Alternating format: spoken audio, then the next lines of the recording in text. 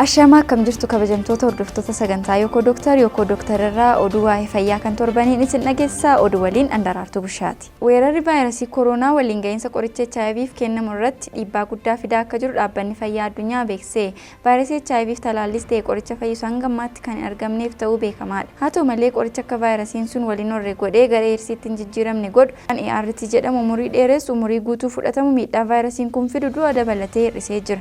Akka dhaabbanni fayyaa addunyaa beeksisetti biyyoonni 73 sababa weerara vaayirasii koronaan qoricha ART jedhamu kan of harkaa dhabaa jiraachuu isaanii ifoomse. Saamuda muraasa dhaabbanni fayyaa addunyaa fi UNAIDS fudhatee qorannoo irratti geggeesseen qoricha HIV'f kennamu ji'oota 6 yoo addaan cite biyyoota mudhii saaraa gadi jiran qofaatti du'i sababa AIDSiin dhufu dachaa 2 akka ta'uu danda'u mirkaneessuu isaa dhaabbanni fayyaa addunyaa marsariitii isaa irratti addeesse.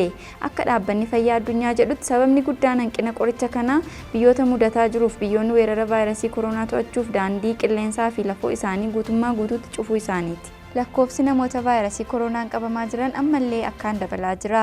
Akka daataan Yuunivarsiitii John Hopkins agarsiisutti namoonni vaayirasii koronaan qabaman miliyoona 13.5 ol ta'uu fi namoonni 580 ol ta'an ammoo sababa vaayirasii kanaan du'anii jiru.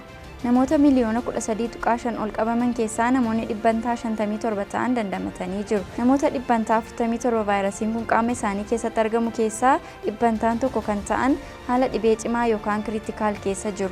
Namoonni Itoophiyaatti vaayirasii kanaan qabamanis hamma oduun kun qindaa'etti 8,000 ol ta'uu ministeerri fayyaa biyya keenyaa beeksise. Kan du'anis 140 ol akka ta'an himame. Namoonni dandamatanis 2,400 ol ta'aniiru.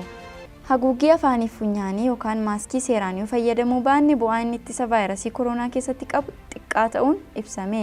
Ittisa vaayirasii koronaa keessatti maaskii kaawwachuun bu'aa guddaa akka fidu dhaabbattoonni fayyaa idil addunyaa garaagaraa kanneen akka WHO, CDC, NHS himaa jiraachuun ni beekama. Haa ta'u malee seeraan yoo fayyadamuu baanne bu'aa barbaachisaa fiduu hin danda'u jedhame.